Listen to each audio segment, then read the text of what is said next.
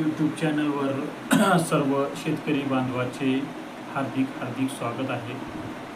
आजचा जो व्हिडिओ आहे तो याच्यासाठी आहे की जर माझे कोणी मित्र जर नारळावर जर पाणी बघत असेल तर त्यांच्यासाठी हा एक प्रयोग आहे आणि खूप छान प्रयोग मी खुद टेस्ट करून बघितला आहे आणि त्याचा मी लॉंग व्हिडिओ बी शेतात गेल्यानंतर जरूर बनवेल।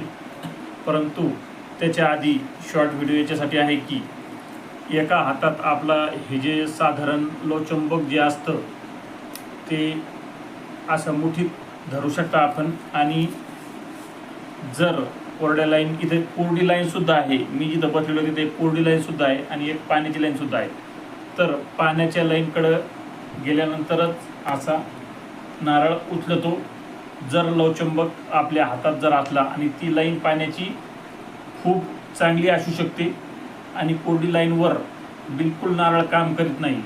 जर लोहचुंबक आपल्या दुसऱ्या हातात डाव्या हातात जर असा आपण मुठी मारून धरला किंवा नुसता साधा जरी धरला तर कोरड्या लाईनवर नारळ उचलत नाही, नुसतं पाण्याच्या लाईनवर उचलतो।